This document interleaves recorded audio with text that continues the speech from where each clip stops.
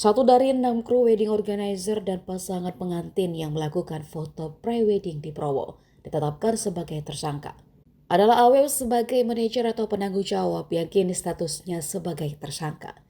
Jasa AW disewa oleh pasangan pengantin berinisial HP, warga kota Surabaya, dan PMP asal Palembang, hingga akhirnya melakukan sesi foto pre-wedding di Padang Savana.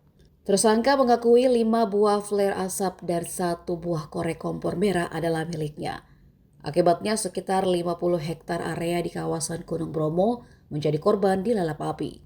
Selain menggunakan flare hingga menyebabkan kebakaran, AW juga tak mengantongi surat izin masuk kawasan konservasi.